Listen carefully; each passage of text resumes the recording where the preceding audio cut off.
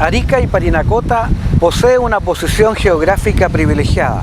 Estamos enclavados en el corazón de América, pero además tenemos una historia patrimonial riquísima, de más de 10.000 años de poblamiento ininterrumpido, en donde hombres y mujeres han transitado desde la región andina, los valles, el desierto y la costa. Les invitamos a un viaje a conocer parte de esta historia patrimonial de Arica y Parinacota.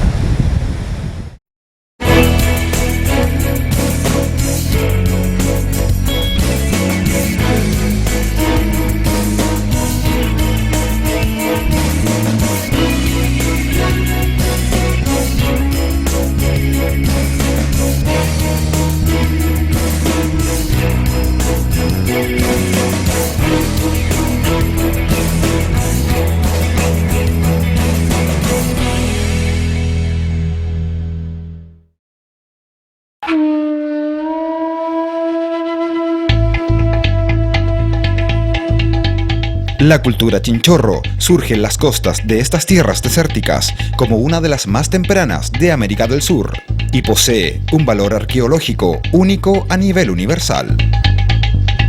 Poseen un arte particular de momificación artificial de sus cuerpos, que es el más antiguo del mundo. Su tradición mortuoria se extiende por 8.000 años y su arte de momificación se desarrolla 3.000 años antes que Tutankamón, por lo que se conoce hoy como el arte de momificación artificial más antiguo del mundo. Es un tratamiento muy elaborado de los cuerpos y lo que es sumamente intrigante, sobre todo que es una población o son grupos humanos muy tempranos, y eso es lo que lo hace especial a Chinchorro. Su organización social se caracteriza por ser grupos de pescadores-recolectores que tenían una estructura social simple y a su vez poseían una estructura ideológica compleja que demostraron al preparar artificialmente los cuerpos momificados. Este arte de momificación no era realizado solo en un tránsito para la otra vida, sino que formaba parte del mundo de los seres vivos.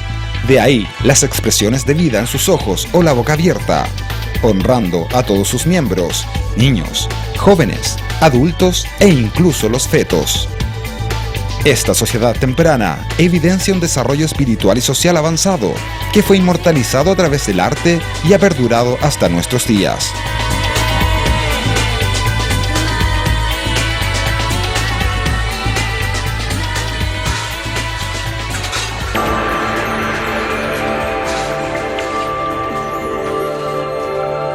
Con el correr del tiempo la momificación desaparece, comienzan obviamente o continúan algunos procesos de ocupar los diferentes espacios, tanto de la costa como de las cabeceras de los ríos y después de los valles.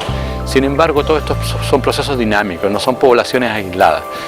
Y así también tenemos influencia de culturas que provienen del altiplano, como es el caso de Tiahuanaco, más o menos como en el 500 después de Cristo hasta el 1000 después de Cristo. Y esto ya representan poblaciones que tienen su origen nuclear cerca del lago Titicaca y que expanden sus horizontes, tanto políticos como comerciales o ideológicos, hacia otras zonas. Y en este caso serían los valles de Arica o los valles aledaños de Arica. Entre los años 500 y 1000 después de Cristo se expandirá en nuestro territorio la cultura tiahuanaco, desde el altiplano andino, actual Bolivia, hacia el 800 después de Cristo. El área de influencia de Tiahuanaco se expande al actual sur peruano y norte chileno, prácticamente en toda el área centro-sur andina, influyendo con su esplendor y sus nuevas tecnologías expresadas en la agricultura, los tejidos y la artesanía con figuras de animales y humanas a todo el territorio actual de la región. La cultura tiahuanaco aportará una nueva visión cosmogónica en las culturas y pueblos que se desarrollarán en la región, compartiendo con las poblaciones locales el territorio donde quedan hasta hoy huellas visibles del paso de las caravanas de llamas.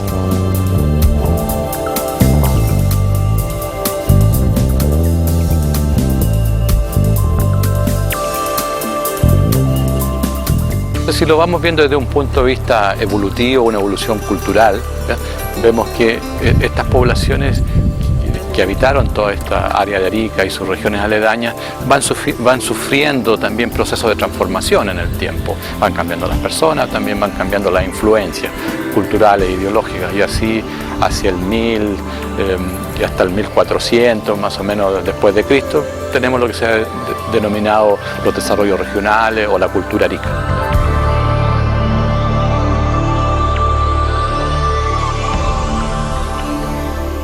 Entre los años 1000 y 1400 después de Cristo, florece la denominada cultura arica en el sector de los valles occidentales, principalmente en Azapa y Camarones.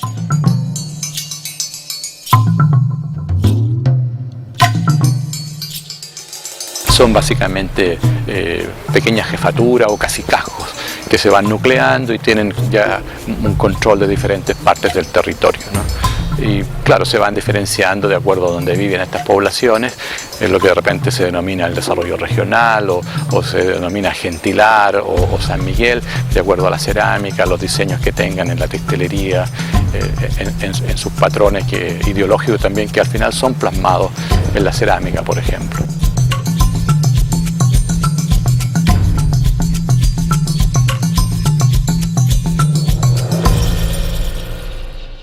Tenían una economía mixta, con recursos de distintos pisos ecológicos de los Andes, y mantenían contacto con grupos del altiplano. Los arica se caracterizaron por vivir en aldeas. Mantuvieron cultivos en terrazas con canales de riego. Explotaron recursos del mar utilizando balsas para pesca en aguas profundas.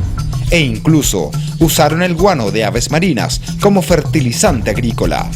Los ricos ajuares funerarios en entierros con enfardados de las poblaciones locales denotan una sociedad compleja y organizada mediante caciques o curacas locales a la llegada del Inca, y que se prolonga hasta tiempos coloniales.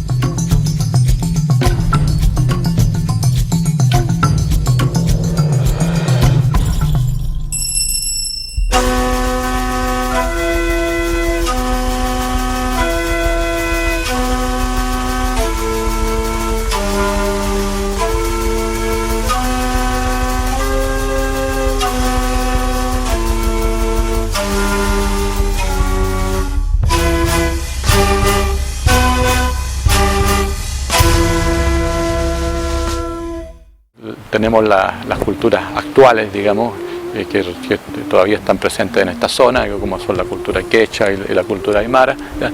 Y son un poco entonces la continuidad por un lado, digamos, de poblaciones ancestrales, y por otro lado también a veces se postula que son poblaciones más recientes que llegan a ocupar esta zona, digamos. Muchas de esas cosas todavía se debaten, digamos, hasta qué punto son continuidades ancestrales o son poblaciones nuevas que van llegando a esta área, ¿no?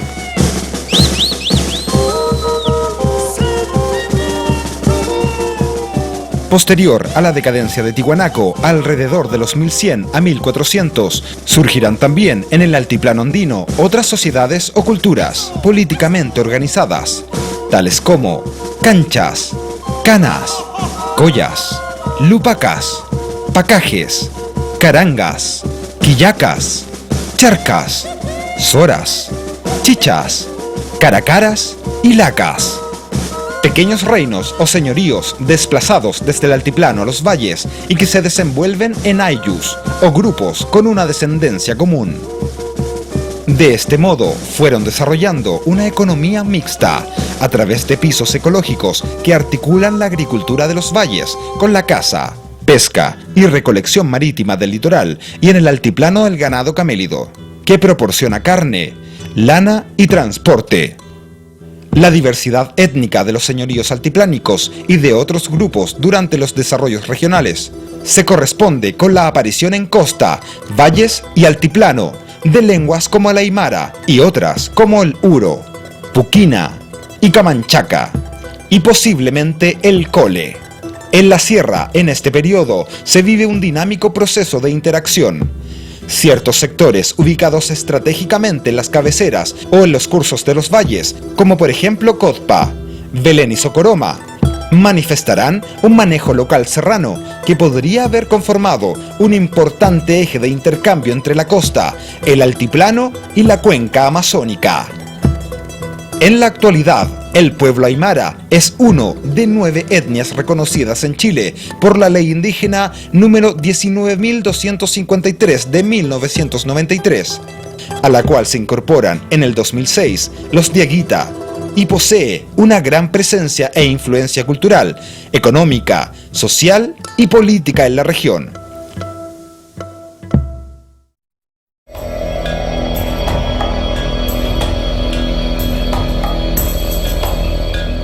En forma coincidente a la etapa de esplendor de los señoríos regionales, más al norte, en el área del Cusco, se conforma el Imperio Inca, cuya expansión se consolida a partir de la segunda mitad del siglo XV, mediante una hegemonía panandina que pasa por el actual territorio de Arica y Parinacota.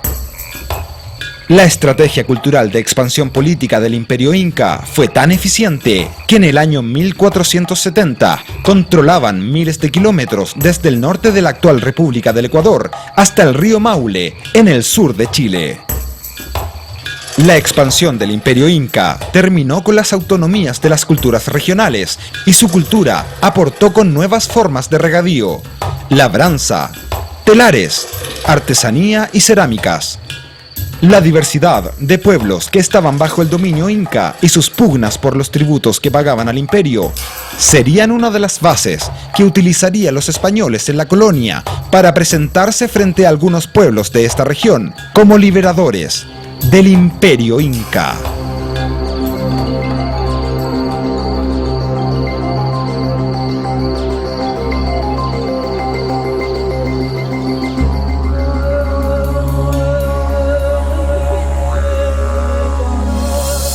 El primer impacto que trae como consecuencia la llegada de los españoles este sincretismo que se produce justamente porque los españoles, sin duda, que pasan a ser la cultura dominante, imponen su religión justamente a los pueblos de la región, y los pueblos de la región, por supuesto, tienen que tratar también de mantener las tradiciones ancestrales.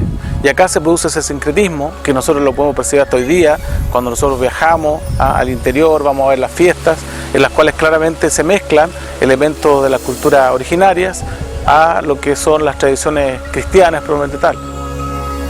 La colonia traerá también aparejado un posicionamiento estratégico de Arica.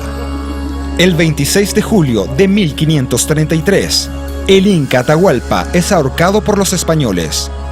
Administrativamente, el actual territorio regional será parte del corregimiento de Arica, dependiente del Virreinato del Perú. Este hecho provocará un reordenamiento político, administrativo y cultural en todo el territorio de Arica y Parinacota, donde los antiguos caciques incas serán perseguidos por los españoles y en su reemplazo serán ubicados caciques que pertenecían a la cultura aymara, que antes eran dominados por los incas. Por las tierras de Arica y Parinacota pasaron las tropas españolas, rumbo a la conquista de Chile. 25 de abril de 1541. El español Lucas Martínez de Vegaso funda la villa de San Marcos de Arica. 1545. El indígena Diego Hualpa descubre las minas de plata de Potosí. Comienza la explotación del mineral que se trasladará del puerto de Arica a las arcas españolas. 1570. Felipe II, rey de España, le confiere a Arica el título de ciudad. 1657. Felipe IV y el virrey del Perú, Luis Enríquez de Guzmán, conde de Alba del Este, protocolizan el emblema o escudo de armas de la ciudad de San Marcos de Arica. 1650 a 1750. Comienza el acoso de los piratas y corsarios a las costas ariqueñas, principalmente ingleses y holandeses, que se enfrentarán al poderío naval y al imperio español. 9 de febrero de 1681, las milicias ciudadanas y la población de Arica repelen y derrotan a los corsarios ingleses, encabezados por Sharp y Whiting, dando muerte a este último y más de una veintena de piratas. Los mismos piratas, 3 meses antes, habían saqueado La Serena y Coquimbo. 1783. Producto de la rebelión de Tupac Amaru II, se formará en Arica el primer regimiento que se denominará Dragones de Arica.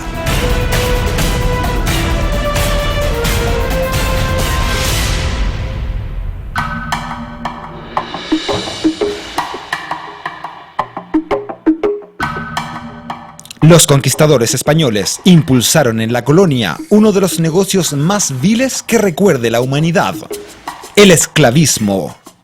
Miles y miles de esclavos provenientes de África llegaron con los conquistadores durante la colonia. En el valle de Utah y en Azapa, los esclavistas desarrollaron los nurseries, que eran una suerte de criaderos de esclavos africanos que eran vendidos en Chile a grandes sumas. Los descendientes de aquellos esclavos africanos, los afrodescendientes, constituirían el número mayor de la población ariqueña hasta fines del siglo XVIII. En un periodo más reciente, estas tierras recibirán el aporte de los migrantes europeos, croatas, italianos, franceses, orientales, chinos y japoneses, que dotarán de colorido a Arica y Parinacota.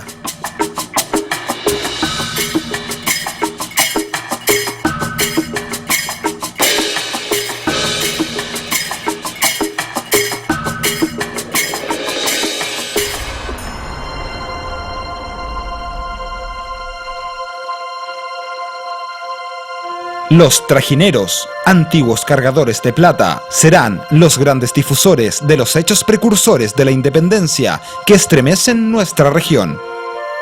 La estrategia independentista, definida por el general José de San Martín y Bernardo O'Higgins, que consistía en formar el ejército de los Andes, cruzar la cordillera, liberar a Chile y formar un ejército libertador del Perú, que enfrentaría a los españoles en Lima, pondrá a la región de Arica y Parinacota en el centro de la lucha por la independencia. Arica será escenario de las batallas por la independencia y tendrá particular relevancia para la liberación de Lima. San Martín desarrollará 3 frentes para liberar a Lima: el de la sierra al norte de Lima, el de Pisco, que cortaba las comunicaciones con Lima, y el denominado de Intermedios, comandado por el teniente coronel inglés Miller, quien después sería mariscal del Perú y que hasta hoy será el símbolo de la infantería de marina de la Armada de Chile. En mayo de 1821, Miller y el batallón número 4 de Chile, o cuarto de línea, actual regimiento Rancagua de Arica, entran a Tacna entre los vítores de la población, que recibe a los independentistas con entusiasmo. En el mismo mes, las tropas de Miller se enfrentarán con las tropas realistas españolas a la entrada del valle de Azapa, derrotándolas.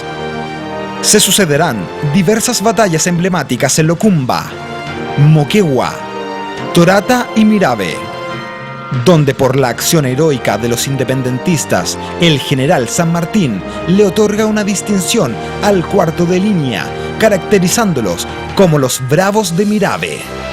Después de las diversas batallas, comienza una persecución de los realistas a las tropas independentistas que regresarán a Arica, perseguidas por más de 1.400 soldados españoles realistas. El 22 de julio saldría Miller y el cuarto de línea de la bahía de Arica con rumbo a Pisco. 6 días después, el general San Martín proclamaría la independencia del Perú y consolidaría la independencia de Chile.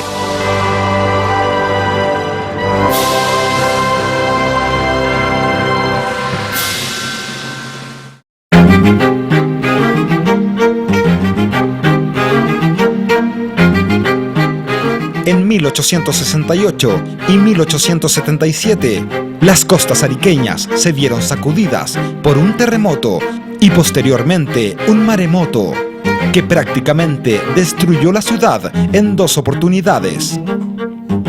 El coronel Balta encomienda al ministro de Hacienda desarrollar un plan para la reconstrucción de Arica.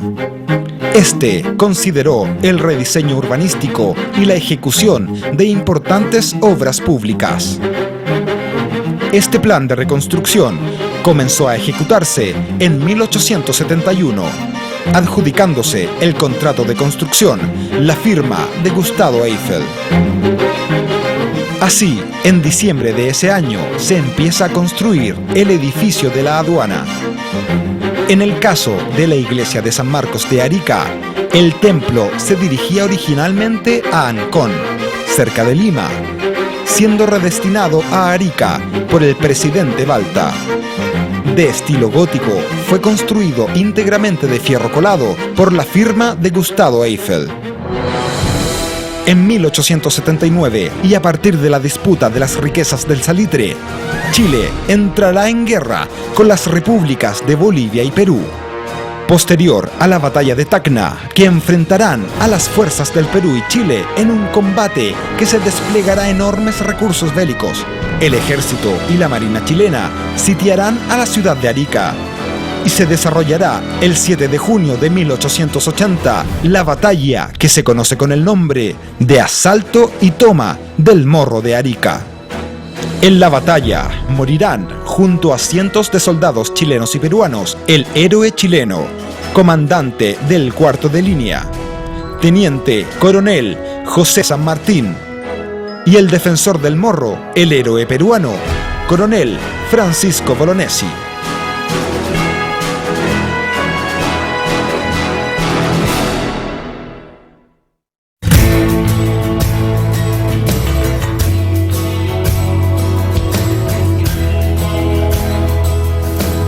En 1953, y a partir de la presidencia de Carlos Ibáñez del Campo, se producirá un giro en la lógica de defensa, que privilegiaba el enclave y posicionamiento militar por una lógica de integración interregional que pone énfasis en el desarrollo armónico nacional integrado y las materias de defensa. Carlos Ibáñez del Campo, en su doble rol de presidente de la República y jefe de las Fuerzas Armadas, le otorga un giro a la lógica de enclave, comenzando a sustituirla por una lógica de integración y desarrollo. La creación del Puerto Libre en 1953 será un primer paso activador de la economía regional, que sin embargo es contradictorio al modelo de desarrollo nacional impulsado en el resto de Chile a partir de los años 30, que se caracteriza por la sustitución de importaciones, la industrialización, la creación de universidades y la mano de obra calificada. La lógica de integración y desarrollo impuesta por Ibáñez en el departamento de Arica se acentuará con la integración definitiva de este al desarrollo nacional. Desde 1958 a 1973, el departamento de Arica se conectará al desarrollo nacional vigente, caracterizado por la industrialización, y desde 1965 a 1973 creará una infraestructura industrial potente que la llevará a ser el departamento y la ciudad de Chile con mayores índices de desarrollo y crecimiento industrial. La industria ariqueña en los rubros automotriz, electrónico, pesquero y turístico alcanzarán los primeros indicadores de desarrollo del país. Y la industria textil se ubicó en el segundo lugar. Este periodo de esplendor de desarrollo de Arica no solo será en el sector industrial, sino tendrá un crecimiento armónico en el conjunto de los sectores de la economía, agricultura, comercio y servicios. También en el desarrollo de la educación con la creación en Arica de las primeras universidades, en el incremento y creación de nuevos colegios y liceos, la ampliación del Hospital Juan Noé y en el propio desarrollo urbano de la ciudad con obras que aún permanecen. Puerto Libre fue un hecho relevante en términos de abrir el comercio, de que llegara mucha gente, se vendiera muchas cosas, pero en términos de desarrollo ya sustentable en el tiempo, sin duda que del Puerto Libre no era una cosa muy sustentable. Por eso que Carlos Ibáñez, antes de dejar el poder, ideó esta idea de Junta de Adelanto que tenía justamente un desarrollo sustentable mucho mayor en el tiempo.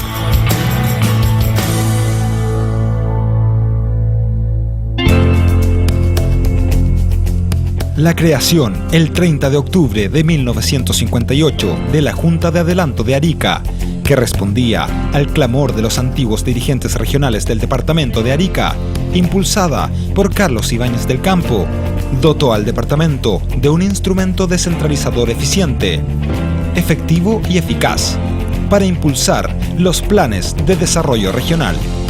La Junta de Adelanto de Arica poseía varias características de los gobiernos regionales, tales como desarrollar de manera autónoma una estrategia de desarrollo que orientara el rumbo de progreso del departamento de Arica.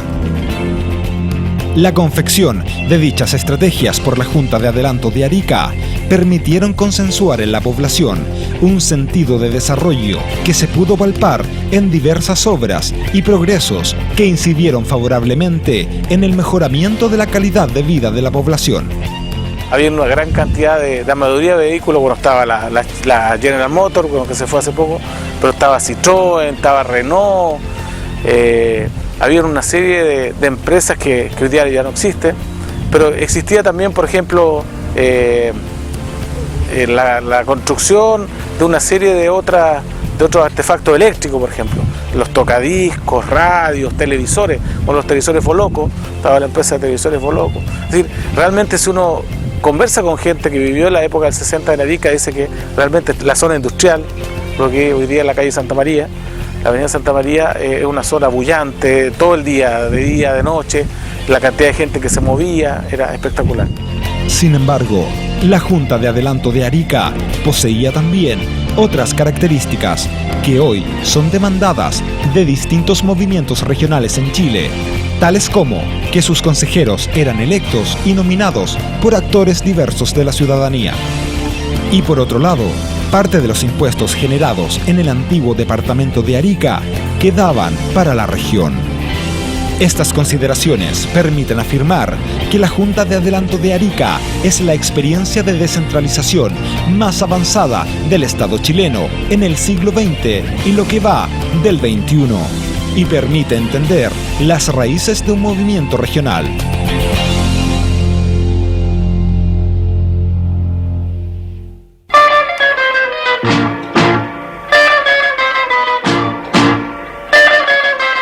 Gestiones empecinadas y por ello exitosas fueron las realizadas por los dirigentes ariqueños para conseguir la subsede de la Copa Mundial de Fútbol de 1962. El respaldo llegó del presidente del comité organizador, Carlos Dittborn, quien simpatizó con la apuesta de Arica, que se transformó en subsede. El corolario de este evento llega el 10 de junio, cuando Chile triunfa sobre Rusia, en partido disputado en Carlos Dittborn ante 20.549 espectadores, provocando un inolvidable carnaval.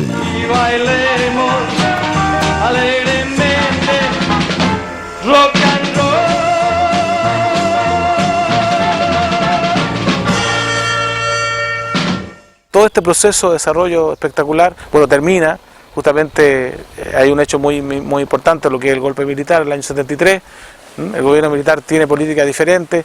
En su momento se plantea que ante un eventual conflicto con el Perú, porque justamente en los 70 hay bastantes tensiones con el Perú, se piensa que Arica no es defendible, por lo tanto la frontera la plantean en Camarones, y por lo tanto lo que hay que fortalecer es Iquique. Y de ahí que se crea la zona franca en Iquique en el 78, y Arica entra en un proceso a partir de ese momento, en un proceso de decaimiento, que se va a ver reforzado después de los 80 cuando se crea la zona franca en Tacna, y Arica queda entre medio de dos zonas francas, por lo tanto con una posibilidad de desarrollo bastante incierto.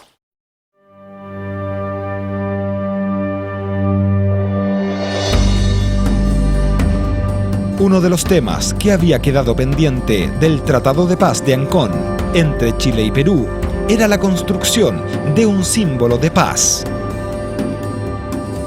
El morro es el símbolo de la ciudad y aquí se instaló el Cristo de la Concordia. Es una escultura de unos 11 metros de altura por 9,2 de ancho, fundida con 15 toneladas de bronce. Fue diseñada por el artista chileno Raúl Valdivieso. fue fundida en Madrid y traído a Arica en 1987. Sin embargo, no se la emplazó en su lugar actual hasta 1999. Finalmente, el Cristo, con sus brazos extendidos en cruz, fue instalado mirando al Océano Pacífico.